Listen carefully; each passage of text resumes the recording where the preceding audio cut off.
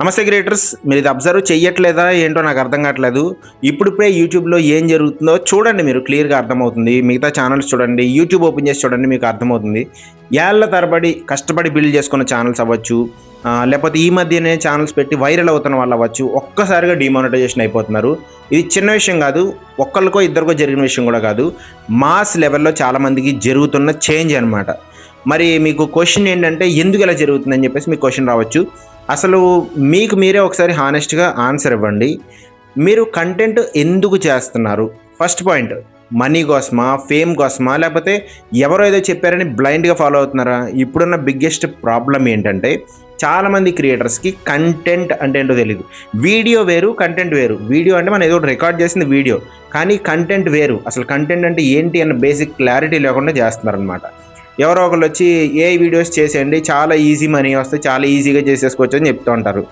So ఇంకొకళ్ళు ఎవరో వచ్చేసి ఫేస్‌లెస్ ఛానల్ స్టార్ట్ చేసేయండి, ఫుల్ పాసివ్ ఇన్కమ్ వస్తుంది, మీరు ప్రైమరీ జాబ్‌తో పాటు ఇది కూడా ఎర్న్ చేసుకోవచ్చు అని చెప్తూ ఉంటారు. ఇంకొకళ్ళు షార్ట్స్‌ని స్పామ్ చేసేయండి, ఇలా పెట్టండి, అలా పెట్టండి, ఇన్ని సెకండ్స్ పెట్టండి, అన్ని సెకండ్స్ పెట్టండి, అల్గారిథంని ఇలా చీట్ చేయండి, అలా చీట్ చేయండి అని చెప్తూ ఉంటారు. ఇలా ఒక్కొక్కళ్ళు ఒక్కొక్క మాట చెప్తున్నారు. మీరేం చేస్తున్నారు?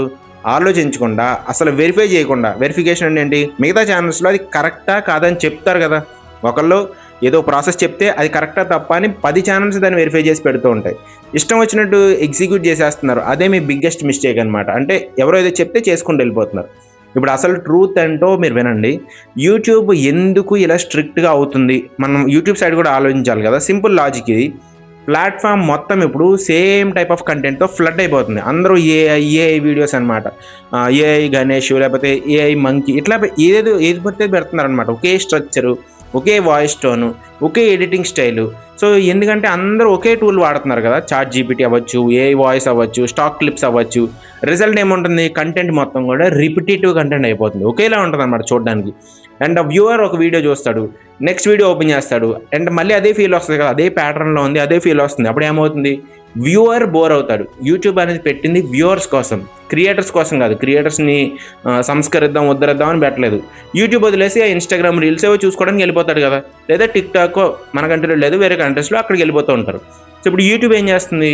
ప్లాట్ఫామ్కి వ్యూవర్స్ కావాలి. సో ప్లాట్ఫామ్ని ప్రొటెక్షన్ చేసుకుంటుంది. ఖచ్చితంగా ప్రొటెక్ట్ చేయాల్సిన అవసరం కూడా ఉంది. అందుకే యూట్యూబ్ ఫోకస్ అయితే ఒకటే, అథెంటిసిటీ, ఒరిజినాలిటీ, హ్యూమన్ టచ్, ఇవి ఉండాలి. మీరు చేస్తున్న అతిపెద్ద తప్పేంటో తెలుసా?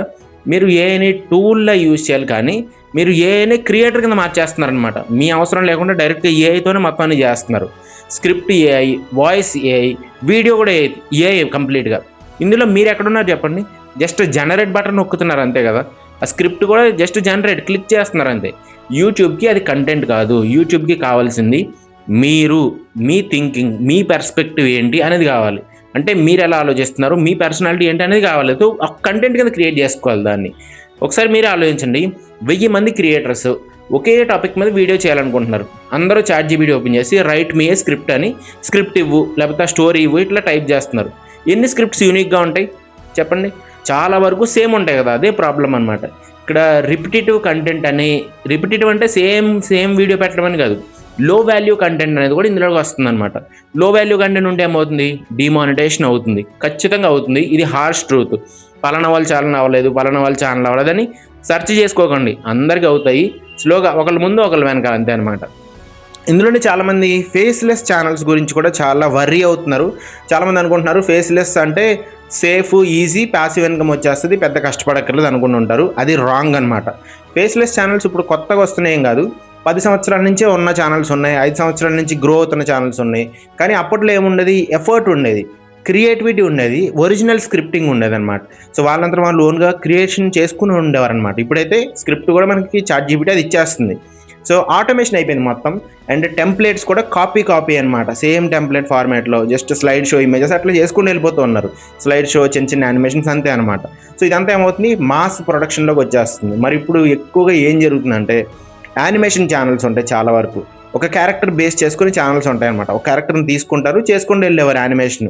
ఆ యానిమేషన్ చేయడానికి కూడా కొంత టైం పడుతుంది, కానీ ఇప్పుడు చాలా ఈజీ అయిపోయింది అనమాట. సో మళ్ళీ అదే ప్రాసెస్ రిపీట్ చేస్తూ ఉంటారు కాబట్టి సేమ్ క్యారెక్టర్ మళ్ళీ కనిపిస్తున్న ఛానల్స్ కూడా డిమానిటైజేషన్ అవుతున్నాయి. సో యానిమేషన్ క్రియేట్ చేయడం టైం కన్స్యూమింగ్ ప్రాసెసే కాదనట్లేదు, కానీ మళ్ళీ అదే క్యారెక్టర్ చేయడం అనేది అది చాలా ప్రాబ్లమాటిక్ అనమాట. సేమ్ యానిమేషన్ ప్యాటర్న్ వాడడము, సేమ్ స్టోరీ టెల్లింగ్ ఫార్మాట్ వాడడము, లేకపోతే సేమ్ ఎక్స్ప్రెషన్ ఉండటము ఆ యానిమేషన్కి. సో ఇదంతా కూడా రిపిటేటివ్ కంటెంట్ అయిపోతుంది అనమాట. ఇంకా వర్స్ట్ విషయం ఏంటంటే, ఇంతకుముందు స్క్రోలింగ్ టెక్స్ట్ వీడియోస్ ఉండేవి కదా, ఏదో ఒక స్టోరీని ఎక్కడో టెక్స్ట్ కాపీ చేసుకొని స్క్రోలింగ్ పెట్టేసుకుంటూ వెళ్ళిపోతూ ఉండేవారు. జస్ట్ దాన్ని కొంతమంది చదవకుండా కూడా అసలు వాయిస్ కూడా లేకుండా చేసేవారనమాట, సింపుల్ స్లైడ్స్ లాగా. ఇప్పుడు ఏమైంది, యూట్యూబ్ అయితే చాలా స్ట్రిక్ట్ అయింది. ఇంతకుముందు మానిటైజేషన్ అయ్యేవి, ఇప్పుడైతే అవ్వట్లేదు అనమాట. జస్ట్ టెక్స్ట్ స్క్రోల్ చేస్తాను, వాల్యూ ఏమీ లేకుండా, కంటెక్స్ట్ ఏమీ లేకుండా చేస్తే మానిటైజేషన్ అనేది 100% పోతుంది అనమాట. సో ఇప్పుడు ఇంకొక డేంజరస్ ట్రెండ్ కూడా నడుస్తుంది.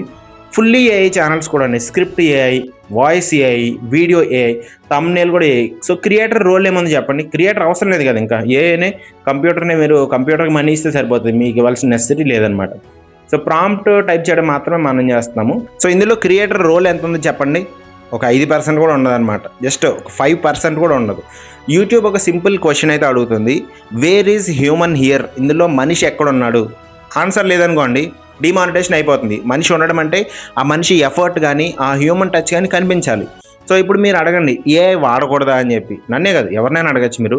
సో వాడాలి, తప్పకుండా వాడాలి. ఎందుకంటే మనం కూడా ముందుకు వెళ్ళాలి కాబట్టి మనం వాడాలి. కానీ ఏఐని ఎంతవరకు మనం వాడాలంటే, రీసెర్చ్ చేయడం కోసం, నెక్స్ట్ ఏం టాపిక్ చేయాలి అని రీసెర్చ్ చేయడం కోసం వాడుకోవచ్చు. లేదా మన స్క్రిప్ట్లో ఏమైనా ఇష్యూస్ ఉంటే గ్రామర్ ఫిక్సెస్ కోసం వాడుకోవచ్చు. లేదా స్ట్రక్చర్ని ఇంప్రూవ్ చేసుకోవడం కోసం వాడచ్చు. అంతేగాని ఐడియా అనేది ఏఐ నుంచి తీసుకోవడం, స్క్రిప్ట్ మొత్తం ఏఐ నుంచి తీసుకోవడం, వాయిస్ ఏఐ నుంచి తీసుకోవడం చేయకూడదు. సో ఐడియా, స్క్రిప్ట్, వాయిస్ అన్నీ మీవే ఉండాలి. అండ్ ఈ ఏఐని మీరు జస్ట్ అసిస్టెంట్లా వాడుకోండి అంతే. అంతేగాని ఏఐని క్రియేటర్లా వాడకండి. క్రియేటర్ మీరు, మీ ఛానల్కి మీరే క్రియేటర్ అనమాట. ఇప్పుడు ఒక ఎమోషనల్ రియాలిటీ మీకు చెప్పాలి, లక్షలు సంపాదించిన ఛానల్స్ కూడా పడిపోతున్నాయి. ఏళ్ళ కష్టపడి రాత్రింబవళ్ళు కన్సిస్టెంట్గా వీడియోలు పెట్టి చాలా కష్టపడిన ఛానల్స్, 10 years నుంచి ఉన్న ఛానల్స్ అన్నీ కూడా ఈ ఒక్క షార్ట్ కట్ వల్ల పోతున్నాయి అనమాట. వాళ్ళు కూడా ఇంతకు ముందులాగే చేస్తున్నారు, కాకపోతే ఇంతకుముందు అవి మానిటైజ్ అయ్యాయి, మిగతా వాళ్ళు అవి చేసేవాళ్ళు కాదు. సో ఇప్పుడు ఏఐ వల్ల మిగతా వాళ్ళు కూడా అట్లాంటి ఫ్యాక్ట్స్, అట్లాంటి ఫేస్లెస్ ఛానల్స్ చేయడం వల్ల ఒరిజినల్ కంటెంట్ క్రియేటర్స్ ఎవరైతే ఎప్పటి నుంచో ఉన్నారో వాళ్ళకు కూడా ప్రాబ్లం అయితే ఉందన్నమాట. సో ప్రాసెస్ని ఎంజాయ్ చేయండి మీరు, అంతేగాని ఫాస్ట్ మనీ కోసం పరిగెట్టద్దు. మీకు ఇప్పటికైనా ఒక స్ట్రాంగ్ వార్నింగ్ అనుకోండి, ఇప్పటికైనా ఆపండి. బ్లైండ్గా ఫాలో అవ్వడం మాత్రం చేయకండి. ట్రెండ్ వెనకాల పరిగెత్తడం ఆపండి. ఏదో అతను ఇలా చెప్పాడు, ఇతను ఇలా చెప్పాడు అని ఎగ్జిక్యూట్ చేయడం కరెక్ట్ కాదనమాట. వ్యాలిడేట్ చేసుకోండి. మీరు క్రియేటర్ అయితే కనుక క్రియేట్ చేయండి, కంటెంట్ క్రియేట్ చేయండి, అంతేగాని కాపీ చేయకండి. గుర్తుపెట్టుకోండి, యూట్యూబ్కి వీడియోస్ కాదు కావాల్సింది, యూట్యూబ్కి ఒక వాల్యుబుల్ వీడియో కావాలి. అంటే వాల్యూ ఉన్న వీడియోస్ కావాలన్నమాట. అంటే కొత్త పర్స్పెక్టివ్, కొత్త ఆలోచనలు, రియల్ వాయిస్, ఒక హ్యూమన్ కనెక్షన్. ఇది ఒక కమ్యూనిటీ బిల్డింగ్ కోసం మనం వాడతాం కదా. మనమంటూ మనకి కొంతమంది ఫాలోవర్స్ని తెచ్చుకుంటాము, అదొక కమ్యూనిటీలో మనం ముందుకెళ్ళాలన్నమాట. సో సింపుల్గా చెప్పాలంటే ఇలాగే కంటిన్యూ అయితే కనుక, మీరు బ్లైండ్గానే ఫాలో అవుతాము అని అనుకుంటే కనుక, మీరు కూడా ఏదో ఒక రోజు ఏమైంది నా ఛానల్కి అని అడుగుతారు. కానీ అప్పటికే లేట్ అయిపోతుంది. ఒరిజినల్గా ఉండండి, బీ ఒరిజినల్, బీ హ్యూమన్.